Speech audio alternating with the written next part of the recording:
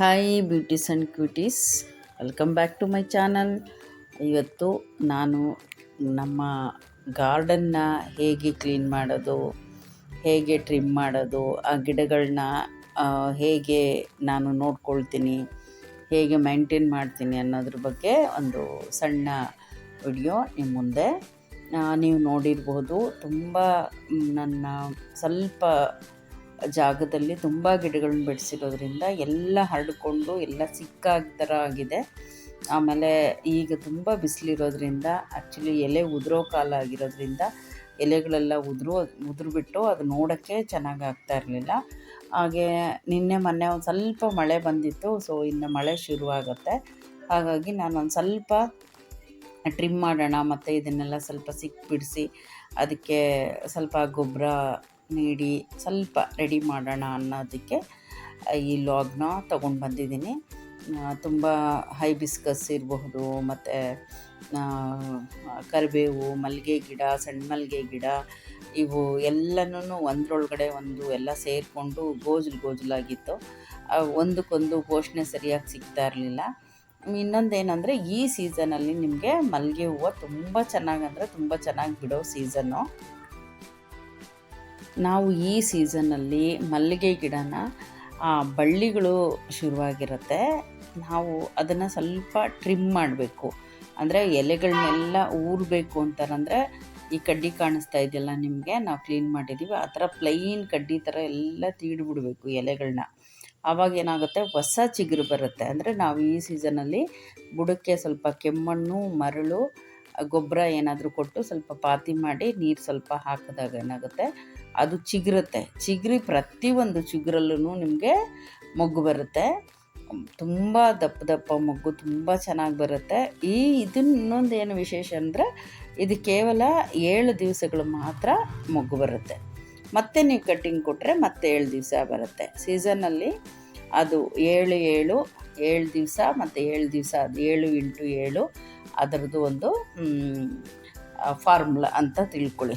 ವರ್ಷದಲ್ಲಿ 7 ಸಲ ಕಂಟಿನ್ಯೂಸಾಗೆ ಬರುತ್ತೆ. ಅದು ಫಸ್ಟ್ 7 ದಿವಸ ಬರುತ್ತೆ. ಮತ್ತು ನೀವು ಗಿಡ ಕಟ್ ಮಾಡಿ ಎಲೆಗಳನ್ನೆಲ್ಲ ತೀಡಾಕಿ ಎಲ್ಲ ನೀಟ್ ಮಾಡಿದ್ರೆ ಮತ್ತೆ 7 ದಿವಸ ಬರುತ್ತೆ. ಆ ಥರ ಸೀಸನಲ್ಲಿ 7 ದಿವಸ ಕಂಟಿನ್ಯೂಸ್ ಆಗಿ ನಿಮಗೆ 7 × 7 ಒಂದೊಂದು ವಾರ ನಿಮಗೆ ಹೂವು ಸಿಕ್ಕುತ್ತೆ. ವರ್ಷದಲ್ಲಿ ಅಷ್ಟೇ ಇದು ಗುಂಡು ಮಲ್ಲಿಗೆ ಸಿಕ್ಕೋದು. ಸಣ್ಣ ಮಲ್ಲಿಗೆ, ಸೂಜಿ ಮಲ್ಲಿಗೆ, ಆಮೇಲೆ ಜಾಜಿ ಮಲ್ಲಿಗೆ ವರ್ಷದಲ್ಲಿ 6 ತಿಂಗಳವರೆಗೂ ಸಿಕ್ಕುತ್ತೆ. ನಮ್ಮ ಗಿಡದಲ್ಲಂತೂ ಜಾಜಿ ಮಲ್ಲಿಗೆ ನಿಮಗೆ ವರ್ಷ ಇಡೀ ಜಾಜಿ ಮಲ್ಲಿಗೆ ಸಿಕ್ಕುತ್ತೆ. ಸೊ ಇದನ್ನೆಲ್ಲ ಸ್ವಲ್ಪ ನಿನ್ನೆ ನಾನು ಔಷಧಿ ಸಹ ಸಿಂಪಡಿಸಿದ್ದೆ. ಯಾಕಂದರೆ ಆ ಬಿಳಿ ಚಿಟ್ಟೆ ಹುಳ ಥರದ್ದು ಬಂದು ದಾಸವಾಳದ ಹೂವು ಮತ್ತು ಕರಿಬೇವೆಲ್ಲ ಸ್ವಲ್ಪ ಹಾಳಾಗೋ ಥರ ಇತ್ತು.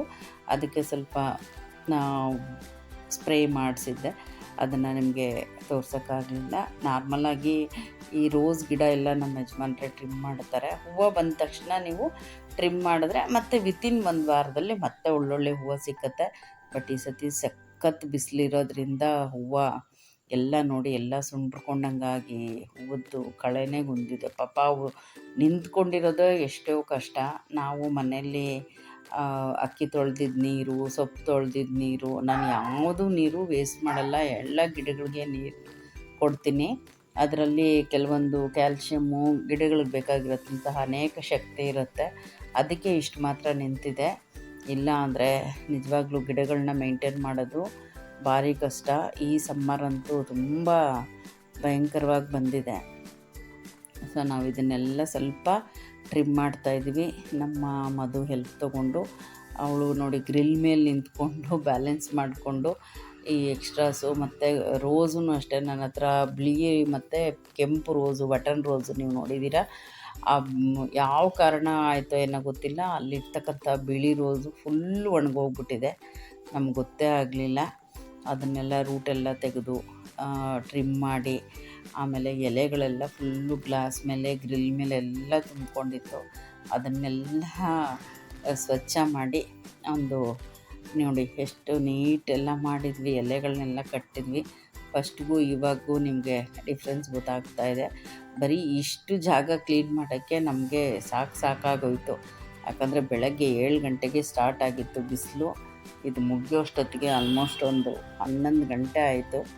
ನನ್ನ ಮಗ ತಿಂಡಿ ತಂದುಕೊಟ್ಟಾನೆ. ತಿಂಡಿ ಸಹ ನಾವು ಮಾಡಲಿಲ್ಲ. ಸೊ ಅದನ್ನು ಅಲ್ಲಿಗೆ ಬ್ರೇಕ್ ಮಾಡಿ, ಸೊ ನೆಕ್ಸ್ಟ್ ಡೇ ಮಾರ್ನಿಂಗ್ ಮತ್ತೆ ಈ ಕಡೆದು ಒಂಚೂರು ಅಡುಗೆ ಮನೆ ಕಡೆ ನಂದು ಪುಟ್ಟ ಗಾರ್ಡನ್ ಇದೆಯಲ್ಲ, ಇದು ಫಸ್ಟ್ ನಿನ್ನೆ ಮಾಡಿದ್ದು ಫ್ರಂಟಲ್ಲಿ ಮಾಡಿದ್ವಿ. ಸೊ ಇವತ್ತು ಅಡುಗೆ ಮನೆ ಪಕ್ಕದಲ್ಲಿರೋ ಇನ್ನೊಂದು ಸಣ್ಣ ಜಾಗದಲ್ಲಿ ಇವು ಎಲ್ಲ ಎಲೆಗಳು ಉದುರಿತ್ತು. ಇದನ್ನೆಲ್ಲ ಸ್ವಲ್ಪ ಮಣ್ಣೆಲ್ಲ ಲೂಸ್ ಮಾಡಬೇಕಾಗಿತ್ತು. ಈ ಗಿಡಗಳನ್ನೆಲ್ಲ ಸ್ವಲ್ಪ ಗ್ರಿಲ್ಲಿಗೆಲ್ಲ ಒರೆಸಿ ತುಂಬ ಚೆನ್ನಾಗಿ ಕಾಣಿಸುತ್ತೆ. ಹೂವು ಅಂತೂ ತುಂಬ ಚೆನ್ನಾಗಿ ಬರುತ್ತೆ. ಇದು ಮೆಡಿಸನ್ ವ್ಯಾಲ್ಯೂಸ್ ಇರೋಂತಹ ಹೂವು. ಇದು ನೀವೆಲ್ಲ ನೋಡಿರ್ತೀರ. ಕಣಗಲೆ ಅಂತಾರೆ, ಬಟ್ ಸೈಂಟಿಫಿಕ್ ನೇಮ್ ಎಲ್ಲ ಗೊತ್ತಿಲ್ಲ. ನಾನು ಇದನ್ನು ಪೂಜೆಗೆ ಸಹ ಬಳಸ್ತೀನಿ. ಪ್ರತಿಯೊಂದು ಹೂವನ್ನು ಪೂಜೆಗೆ ಶ್ರೇಷ್ಠನೇ. ಇಲ್ಲಿ ನಿಮ್ಮದೊಂದು ಸಣ್ಣ ಸ್ಟೋರಿ ಹೇಳಬೇಕು. ಗುರುಕುಲಕ್ಕೆ ಹಳೆ ಕಾಲದಲ್ಲೆಲ್ಲ ಗುರುಕುಲಕ್ಕೆ ವಿದ್ಯಾಭ್ಯಾಸಕ್ಕೆ ಹೋಗಿ ಮಕ್ಕಳೆಲ್ಲ ವಿದ್ಯೆನ ಕಲಿತಾಯಿದ್ರು. ಗುರುಗಳ ಹತ್ರ ಅಥವಾ ಋಷಿಗಳ ಹತ್ರ ಕಲಿತಾಯಿದ್ರು.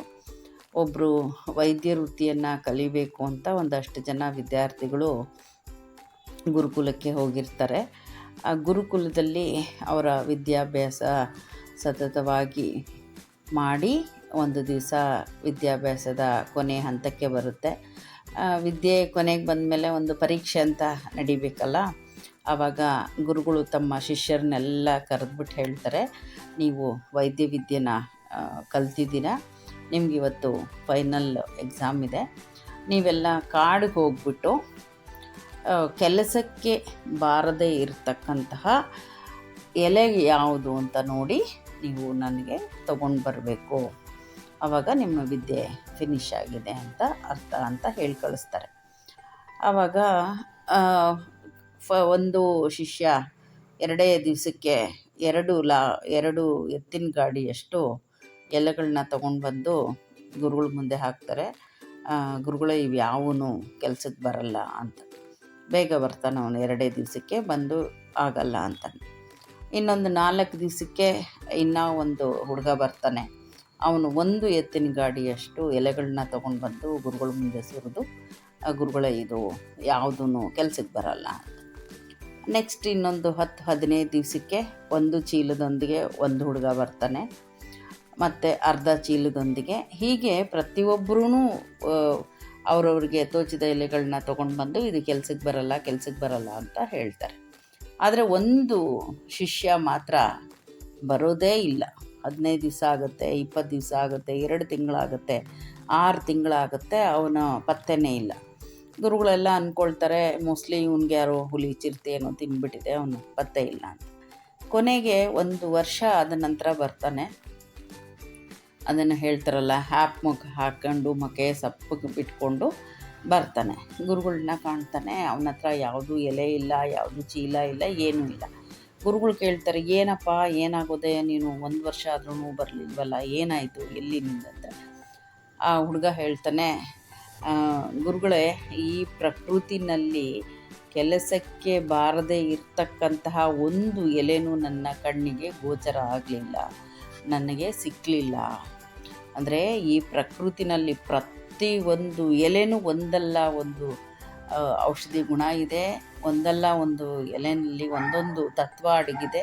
ನನಗೆ ಕೆಲಸಕ್ಕೆ ಬರದೇ ಇರತಕ್ಕಂತಹ ಒಂದು ಎಲೆನೂ ಸಿಕ್ಕಲಿಲ್ಲ ಅಂತ ಹೇಳ್ತಾರೆ. ಆವಾಗ ಗುರುಗಳು ಹೇಳ್ತಾರೆ ಖುಷಿಯಿಂದ, ನೀನು ನಿಜವಾದಂತಹ ಶಿಷ್ಯ, ನಿನಗೆ ಇವತ್ತು ವಿದ್ಯೆ ಪ್ರಾಪ್ತವಾಗಿದೆ. ಪ್ರಕೃತಿಯಲ್ಲಿ ಎಲ್ಲ ಎಲೆಗಳಿಗೂ ಎಲ್ಲ ಗಿಡಗಳಿಗೂ ಒಂದು ಔಷಧಿ ತತ್ವ ಇದೆ, ಅದೇ ನಮ್ಮ ಆಯುರ್ವೇದ ಅಂತ ಹೊಗಳ್ತಾರೆ. ಹಾಗಾಗಿ ಪ್ರತಿಯೊಂದು ಎಲೆನಲ್ಲೂ ಸಹ ನಮಗೆ ಒಂದು ಔಷಧಿ ಗುಣ ಇದೆ, ಅದು ಯೂಸ್ ಆಗೋಂಥದ್ದೇ. ಹಾಗಾಗಿ ನಾವು ಗಿಡಗಳು ಯಾವುದೂ ಇದು ಕೆಲಸಕ್ಕೆ ಬರಲ್ಲ ಅನ್ನೋದೇ ಇಲ್ಲ ನಮ್ಮ ಈ ಭೂಮಿ ಮೇಲೆ ಅನ್ನೋದಕ್ಕೆ ಈ ಸಣ್ಣ ಸ್ಟೋರಿ ನಿಮಗೆ ಹೇಳಿದೆ ನಾನು. ಕತೆ ಇಷ್ಟ ಆಗಿದ್ದರೆ ಗಿಡಗಳನ್ನ ಬೆಳೆಸಿ. ಈ ಥರ ನಾನು ತುಳಸಿ ಗಿಡನೂ ಅಷ್ಟೇ, ಈ ಸತಿ ಬೇಗ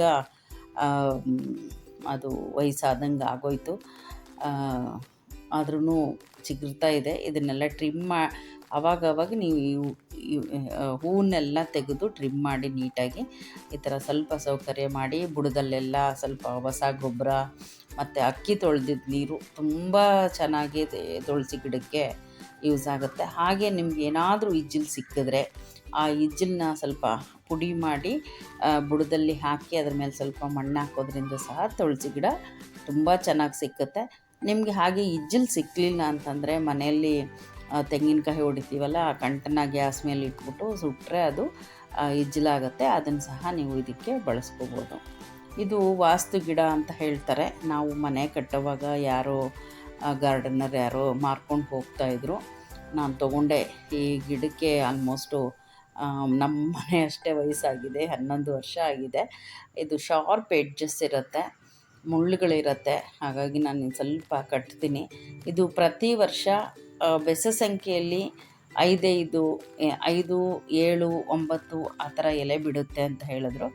ನನಗೆ ಇಷ್ಟು ವರ್ಷದಲ್ಲಿ 5 ಎಲೆನೇ ಸಿಗ್ತಾ ಬಂತು. ಈ ವರ್ಷ ಮಾತ್ರ 6 ಎಲೆ ಬಂದಿದೆ. ಅದು ಹೆಂಗೆ ಯಾವ ಥರ ಅನ್ನೋದು ಗೊತ್ತಿಲ್ಲ, ಅದು ಪ್ರಕೃತಿಗೆ ಬಿಟ್ಟಿದ್ದು. ಬಟ್ ನೋಡೋಕ್ಕೆ ತುಂಬ ಸುಂದರವಾಗಿರುತ್ತೆ. ಸುಮಾರು ವರ್ಷದಿಂದ ಇಟ್ಕೊಂಡಿದ್ದೀನಿ ಆ ಗಿಡನ. ನನಗೆ ತುಂಬ ಇಷ್ಟ. ಆದರೆ ಮುಳ್ಳುಗಳಿದೆ ಅದರಲ್ಲಿ, ಹಾಗಾಗಿ ಅದನ್ನು ನಾನು ಕಟ್ಟಿದ್ದೀನಿ.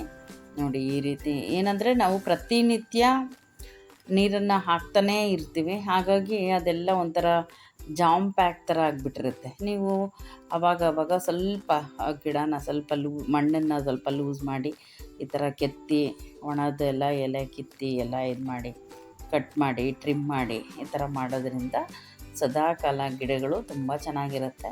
ನೀವು ರೀಪಾಟ್ ಏನಾದರೂ ಗಿಡಗಳು ಮಾಡಬೇಕಂದ್ರೆ ಜನವರಿ ಮತ್ತು ಜುಲೈ ತಿಂಗಳಲ್ಲಿ ರೀಪಾಟ್ ಮಾಡೋದಕ್ಕೆ ಒಳ್ಳೆಯ ಟೈಮು. ಇನ್ ಬಿಟ್ವೀನ್ ನೀವು 1 ತಿಂಗ್ಳಿಗೊಂದು ಸತಿ ಇನ್ಸ್ಟ್ರೂಮೆಂಟ್ಸ್ ಎಲ್ಲ ಸಿಕ್ಕುತ್ತೆಪ್ಪ. ಪಾಟಲ್ಲಿರೋ ಮಣ್ಣನ್ನೆಲ್ಲ ಕೆತ್ಕೋಕ್ಕೆ, ಲೂಸ್ ಮಾಡೋಕ್ಕೆ, ಅಥವಾ ಮನೇಲಿರೋದು ಒಂದು ಚಾಕುನೋ ಸ್ಪೂನೋ ತೊಗೊಂಡು ಸಹ ನಾವು ಮನೇಲಿರೋ ವಸ್ತುಗಳಿಂದನೇ ಮಾಡ್ಕೋಬೋದು. ಹಾಗೆ ನಮ್ಮ ಗಾರ್ಡನಿಂಗ್ ಕೆಲಸ ನಾವೇ ಮಾಡ್ಕೊಳ್ಳೋದ್ರಲ್ಲಿ ಬಹಳ ತೃಪ್ತಿ ಇದೆ. ನಾವಂತೂ ಯಾವುದೂ ಗಾರ್ಡನರ್ನ ಕರೆಸೋದೇ ಇಲ್ಲ. ನಮ್ಮ ಮನೆಯವರು ಸುಮಾರು ಗಾರ್ಡನ್ ಕೆಲಸ ಮಾಡ್ತಾರೆ. ಹಾಗೆ ನಾನು ಸ್ವಲ್ಪ ಮಾಡ್ತೀನಿ. ನನಗೂ ತುಂಬ ಇಷ್ಟ ಗಾರ್ಡನ್ ಕೆಲಸ ಮಾಡೋಕ್ಕೆ. ಆ ಗಿಡ ಈ ಗಿಡ ಹೊಸ ಗಿಡ ಯಾರ ಮನೆ ಹತ್ರ ಇದ್ದರೆ ಗಿಡನ ತೊಗೊಂಡು ಹಾಕೋದು. ಆದರೆ ಜಾಗ ಇಲ್ಲ. ಆದ್ರೂ ಗಿಡಗಳಂದರೆ ತುಂಬ ಕ್ರೇಜು. ನಮ್ಮ ಮದುಗೂ ಗಿಡಗಳ ಕ್ರೇಜು ಹಚ್ಚಿಸ್ಬಿಟ್ಟಿದ್ದೀನಿ. ಅವಳು ಕೈ ಹಾಕ್ತಾ ಇರ್ತಾಳೆ. ಅವಳಿಗೂ ಏನಾದರೂ ಹಾರ್ವೆಸ್ಟ್ ಮಾಡಬೇಕಂದ್ರೆ ತುಂಬ ಇಷ್ಟ. ಆಂಟಿ ನಾನು ಕೀಳ್ತೀನಿ ಅಂತ ಇರ್ತಾಳೆ. ಬದನೆಕಾಯಿ ಬೆಳೆಸಿದ್ದೀವಲ್ಲ ಮೇಲ್ಗಡೆ, ಅದನ್ನು ಕಿತ್ತಕ್ಕೆ ಟೊಮೆಟೊ ಮತ್ತು ಸೊಪ್ಪುಗಳೆಲ್ಲ ನಾನು ಗ್ರೋ ಬ್ಯಾಗ್ಸ್ ಎಲ್ಲ ಹಾಕಿದ್ದೆ. ಅದನ್ನೆಲ್ಲ ಕೀಳೋಕ್ಕೆಲ್ಲ ಭಾರಿ ಇಷ್ಟ ಅವಳಿಗೆ.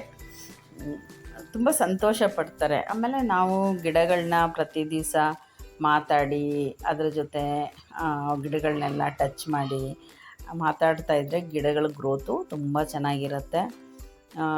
ಆಮೇಲೆ ಅದಕ್ಕೆ ಸ್ವಲ್ಪ ರೇಡಿಯೋ, ಮ್ಯೂಸಿಕ್ಕು ಆ ಥರ ಎಲ್ಲ ಹಾಕಿದ್ರೂ ಗ್ರೋತು ತುಂಬ ಚೆನ್ನಾಗಿ ಬರುತ್ತೆ. ನಮ್ಮ ಮಾತನ್ನೆಲ್ಲ ಆಲಿಸ್ತಾ ಇರ್ತವೆ. ನಾವು ಪ್ರತಿ ದಿವಸ ಗಿಡಗಳ ಜೊತೆ ಮಾತಾಡ್ತೀವಿ. ಹಾಗೆ ಟಚ್ ಅಂತೂ ಡೆಫಿನೆಟಾಗಿರುತ್ತೆ. ನಾನಂತೂ ದಿನ ನನ್ನ ನೀರು ಹಾಕೋಕ್ಕೆ ಯಜಮಾನ್ರು ಹಾಕಿದ್ರೂ ನಾನು ಮಾತ್ರ ಎಲ್ಲ ಒಂದು ರೌಂಡ್ ಕೈ ಆಡಿಸ್ಕೊಂಡು ಹಿಂಗೆಲ್ಲ ಬಿಟ್ಕೊಂಡು ಹೇಗಿದ್ದೀರಾ ಏನು ಅಂತ ಮಾತಾಡಿಸ್ಕೊಂಡು ಬರ್ತೀನಿ. ಅದೊಂದು ನನ್ನ ದಿನನಿತ್ಯದ ಒಂದು ಕೆಲಸಗಳಲ್ಲಿ ಅದೊಂದು. ಹೀಗೆ ನಾನು ಗಿಡಗಳನ್ನ ಮೇಂಟೈನ್ ಮಾಡ್ತೀನಿ. ನಿಮಗೆಲ್ಲ ಈ ವಿಡಿಯೋ ಇಷ್ಟ ಆಗಬಹುದು. ಮತ್ತು ನಮ್ಮ ಕಬ್ಬು ಎಲ್ಲ ನೋಡಿದ್ದೀರಾ. ಈ ಪ್ರತಿ ನನ್ನ ಗಾರ್ಡನ್ ವ್ಲಾಗಲ್ಲೂ ನಿಮಗೆ ತೋರಿಸ್ತಾ ಇರ್ತೀನಿ. ಕಬ್ಬು ಬೇಕಾದಾಗೆಲ್ಲ ನಾವು ಕಟ್ ಮಾಡ್ಕೊಂಡು ತಿಂತಾಯಿರ್ತೀವಿ. ನಮಗೆ ಯಾರಾದರೂ ಜ್ಯೂಸ್ ಮಾಡಿಕೊಡೋರು ಸಿಕ್ಕಿದ್ರೆ ತುಂಬ ಅನುಕೂಲ ಆಗುತ್ತೆ. ಮಿಕ್ಸಿಗೆಲ್ಲ ಹಾಕಿ ನಿಮಗೆ ತೋರಿಸಿದ್ದೆ ನಾನು. ಅದು ಸ್ವಲ್ಪನೇ ಸಿಕ್ಕುತ್ತೆ. ಇದು ನಮ್ಮದು ತುಂಬ ಉದ್ದ ಬೆಳೆದಿದೆ. ಆಲ್ಮೋಸ್ಟು ನಿಮಗೆ ತೋರಿಸಿದ್ದೀನಿ. 30 ಫೀಟ್ವರೆಗೂ ಹೋಗಿರುತ್ತೆ. ಅದು ಒಂದು ಕಬ್ಬನ್ನು ನಾನು ಮಿಕ್ಸಿಗೆ ಹಾಕೋಷ್ಟೊತ್ತಿಗೆ ಇಡೀ ಒಂದು ದಿವಸ ಬೇಕು ನನಗೆ. ಮಿಷಿನವರೆಲ್ಲೋ ಒಂದೊಂದು ಸತಿ ಹಾಕ್ಕೊಡ್ತಾರೆ, ಒಂದೊಂದು ಸತಿ ಹಾಕ್ಕೊಡಲ್ಲ. ಮೇಡಮ್ ನಿಮ್ಮ ಕಬ್ಬು ಬಂದು ತುಂಬ ದಪ್ಪ ಇದೆ, ನಮ್ಮ ಮಿಷನ್ ಹಿಡಿಯಲ್ಲ ಅಂತ ಹೇಳ್ತಾರೆ. ಸೊ ಮೆತ್ತಗೆ ಇದೆ, ಹಾಗೆ ತಿನ್ಬೋದು. ಸೊ ಈ ಕಡೆ ಎಲ್ಲ ಸ್ವಲ್ಪ ಕ್ಲೀನ್ ಮಾಡಿದ್ದೀನಿ. ಈಗ ಫ್ರಂಟು ಮಧು ಮಾಡ್ತಾ ಇದ್ದಾಳೆ. ಇನ್ನೊಂದು ಸೈಡು ಇನ್ನೂ ಒಂದು ಸೈಡು ಉಳ್ಕೊಂಡಿದೆ ಲಾನ್ದು. ಅದು ಇನ್ನೊಂದು ದಿವಸ ಮಾಡೋಣ. ಇಷ್ಟೊತ್ತಿಗೆ ಸಾಕಾಯಿತು. ಮುಂದಿನ ವಿಡಿಯೋದಲ್ಲಿ ಸಿಕ್ಕಣ. ಲಾಗ್ ಇಷ್ಟ ಆಗಿದರೆ ಲೈಕ್ ಮಾಡ್ತೀರಲ್ವ, ಹಾಗೆ ಸಬ್ಸ್ಕ್ರೈಬ್ ಮಾಡ್ಕೊಳ್ಳಿ, ಶೇರ್ ಮಾಡಿ. ನಿಮ್ಮ ಗಾರ್ಡನ್ ಟಿಪ್ಸ್ ಏನಾದರೂ ಬೇಕಿದ್ದರೆ ನನಗೆ ಖಂಡಿತ ಕಾಮೆಂಟ್ ಮಾಡಿ, ನಾನು ಖಂಡಿತ ನಿಮಗೆ ಆನ್ಸರ್ ಮಾಡ್ತೀನಿ. ಗಿಡಗಳನ್ನು ಬೆಳೆಸುವ ರೀತಿ ನೀತಿನ ತಿಳಿಸ್ಕೊಡ್ತೀನಿ. Thank you. ಬಾಯ್.